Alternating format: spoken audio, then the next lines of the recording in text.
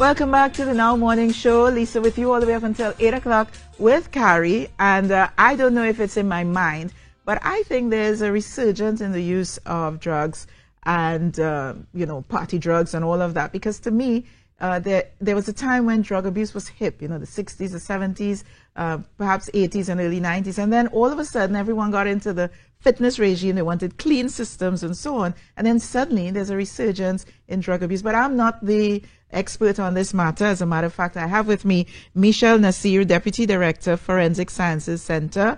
Good morning. Good morning to you. And am I correct in my thinking, or is it in my mind that there was a dip and then suddenly it's like everywhere you turn and there's, There's always been drugs of abuse. There has not been a dip per se. What we're seeing is the emergence of a new type of drugs that have invaded Trinidad's market, right, which is moving away from the marijuana and the cocaine, and now we're seeing the party drugs, the ecstasy, the amphetamines, and even new ones that we've never seen before. Really? Yes, those are like catenones and ketamine and so on, and those are so dangerous because you don't know from one person to the other how they will respond. And do we have an idea what they look like?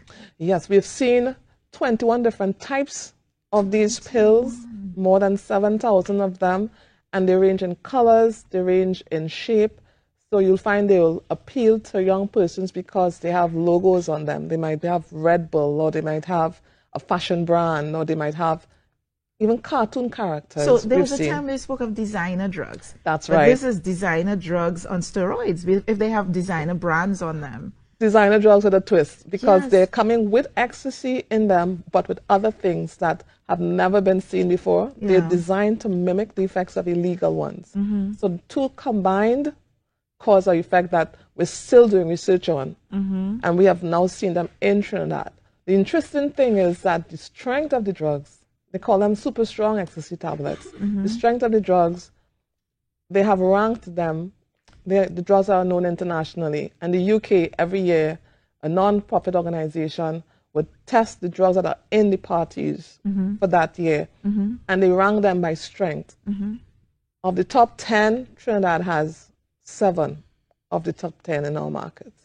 And that's really cause for concern. And you call them party drugs, but what age groups are you finding that are gravitating to these drugs? We've seen them in parties. So boat crews probably, or really large events. That's where they get popular. So any age group that is in that party scene will use them. You have to, of course, pay for it. So that might limit the persons who can actually afford the drugs. In the schools, we're not really seeing the ecstasy. We're more seeing the marijuana edibles.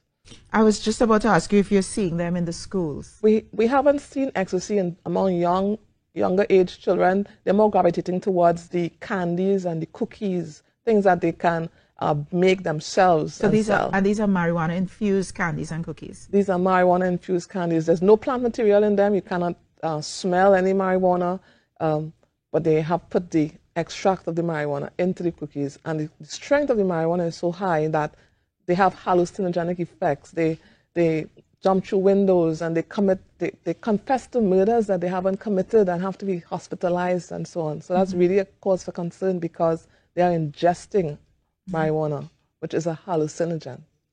So we're speaking about marijuana, and we're also speaking about ecstasy. You mentioned ecstasy a number of times. Yes. Is it that these 20 different strands of drugs are all ecstasy based? All ecstasy based. Some are mixtures. So some are pure ecstasy. Zessa, we have found, just has ecstasy only. Tell us about this Zessa pill. It's a pill that was submitted to us very recently. Looks like the guy from the pill is shaped like the guy from Breaking Bad, Heisenberg. And when we tested it, it only had ecstasy. That's not it. That looks like a heart. That's not it. It's actually a pill that is in the shape of a man's face. Okay. And when we tested it, it only contained ecstasy. But the other pills that we have seen that have been submitted to us by the police, and we have a lot of interagency collaboration on this exercise, we have detected ecstasy plus. So there might be other things in there.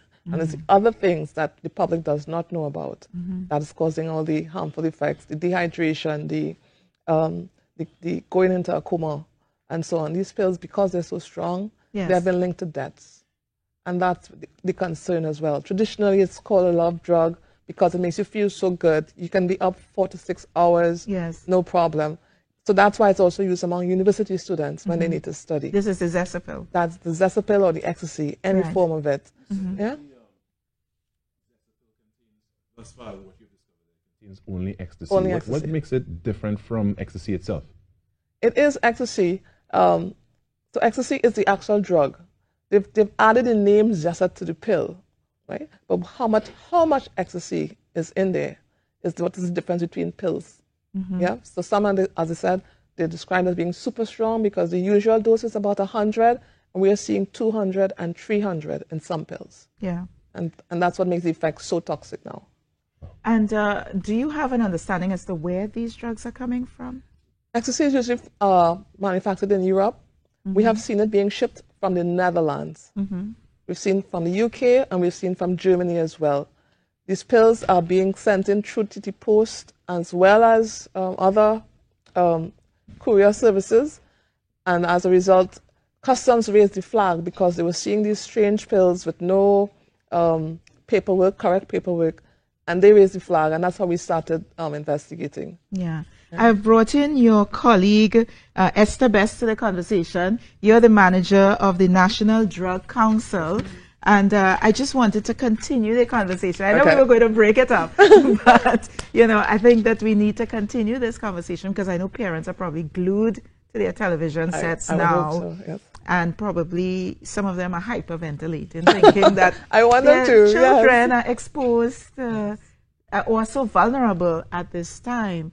So, Esther, tell us about the whole party situation and what you all are seeing with regard to these Zesa pills. What are some of the symptoms that parents can look out for that might have them thinking, okay, maybe I need to investigate further what's going on with my children? Right. So let us remove the Zesa from the pills, okay, please, because the Zesa is just a marketing tool. Right. But this is what we've come to realize because we've seen posters for Zesa drinks, right? Just Zesa drinks special.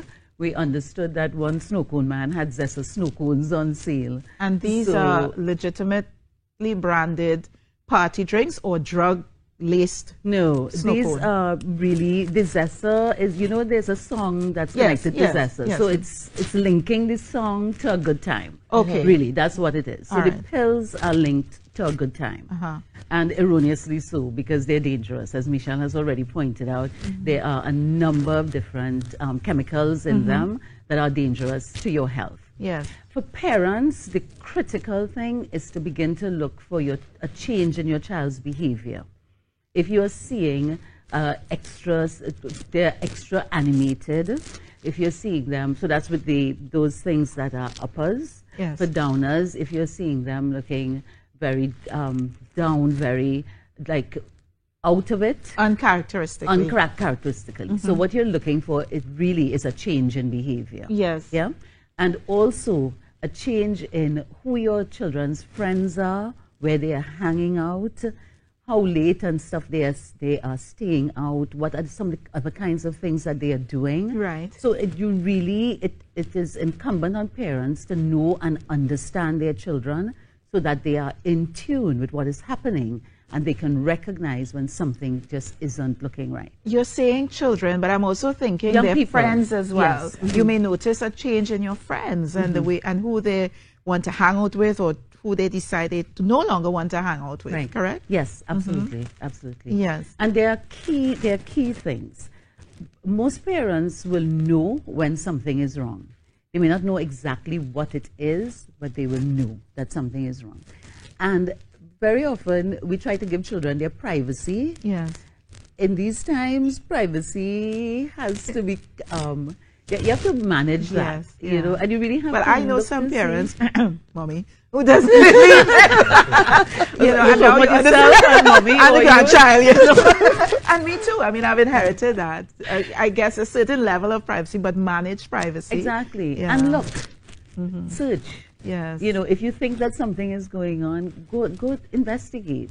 talk to their friends, listen to their conversation. No, I'm not saying get under the interceptions of communications after and monitor their phone calls, but certainly you're listening to the conversations that they're having, because you find out so much about what children, especially teenagers, are doing from listening to their conversations.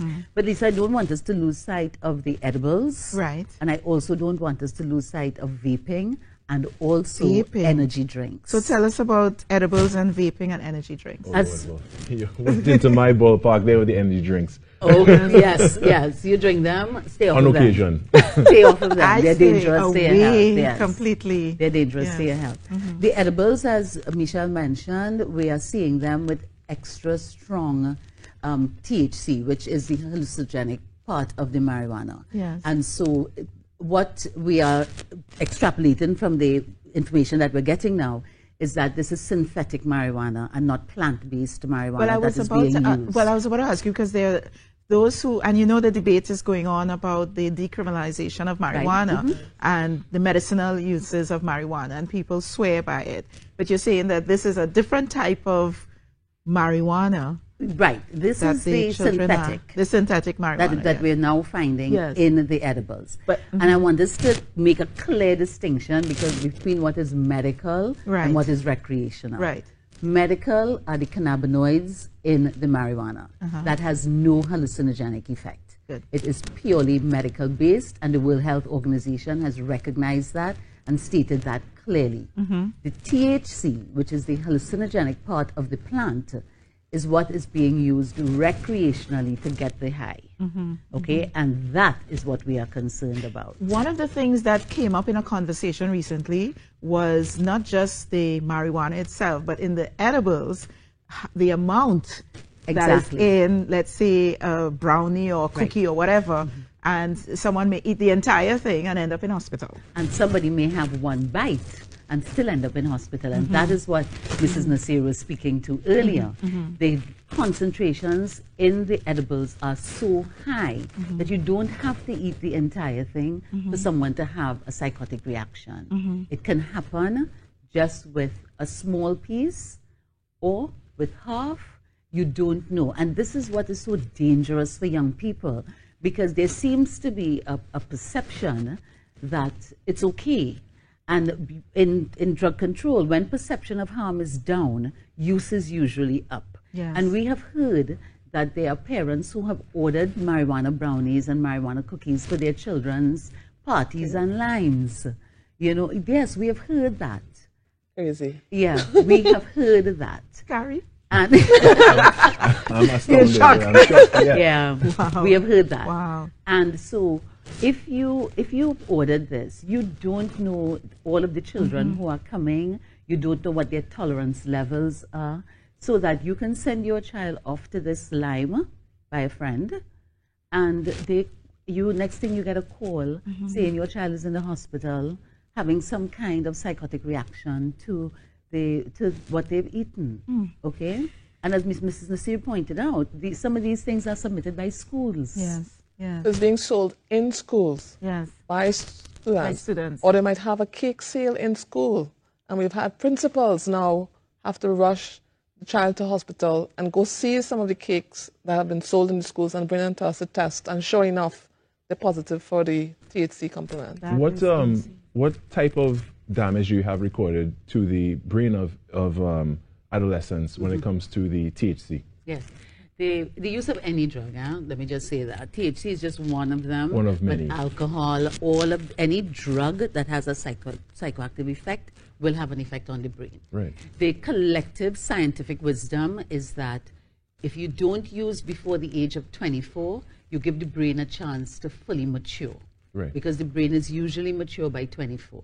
So that would be the baseline for use. And if you can stay off of use until you're 24, the likelihood of starting is very, very low. Right. So that's the first thing. But however, with the different drugs, of course, memory is impacted. You stunt the development of the brain. So, and adolescents are in the process of getting their education. Right. So if your memory is impacted, then the likelihood of you doing well is going to be compromised. Right. And this whole concept and it's a fallacy that people smoke marijuana and get smarter. That doesn't happen. Well, I've heard that if people use DMT and become more DMT? creative. Okay. I've heard the name of that. I've heard the before. name. I don't know exactly what it is. Dimethyltryptamine. Maybe it's one of the 20 that you guys No, it's not. have. It's not. It was it's not. 21. Okay. 21. Very quickly, before we wrap up, you mentioned vaping. Talk Right. to us about vaping. Okay, so vaping, when vaping was first introduced, it was introduced as a smoking cessation alternative, right? What has happened over time is that the substances used in the vaping devices have evolved to include marijuana derivatives. Because wasn't vaping something with apple? I'm probably mixing it up with shisha. What's the difference between vaping and? It's a similar concept, Okay. but it's not combusted. It's rather heated, and you Right. inhale a vapor. Right. Okay. Yeah. Okay.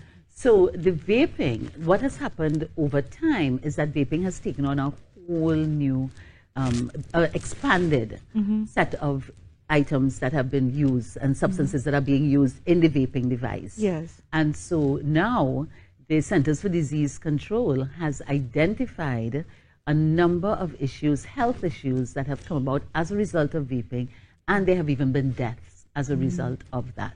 So we want to sound that note of caution Yes. on the vaping, because you would know that we now have quite a few vape shops in Trinidad and Tobago, and we want to sound that note of caution to parents and to anybody who is using vaping devices. So we are really going to have to talk to the schools, Yes. to the parents, and to the wider community. That's right. Any final comments that you want to put out there as a sounder? You want to have a lot of caution when you're going to parties as to what you are consuming, what anyone is putting into your drink. You can. Trinidad has been known as a party capital. We don't need pills to have a good time. We can enjoy ourselves without any additives. Yes, yeah. Well, I think we need a full campaign, a clean, keep it clean campaign. That's right. Yeah, to make it cool again. Yes, it's okay to Suddenly just it's enjoy it. everywhere you go. And that was our concern. Yeah, The amount we're seeing, the different types and the strength of them. We don't need drugs to have a good time. I absolutely endorse that. Thank you so much, Michelle Nasir, Deputy Director, Forensic Sciences Center, and Esther Best, Manager of the National Drug Council. Wow, Carrie, after that, we need a feel-good moment, don't we? And not with drugs. And nothing to do with drugs, right, Yes, Carrie? yes, You correct. want to take us into a feel-good moment? Oh yes, it's about that time for an Escafé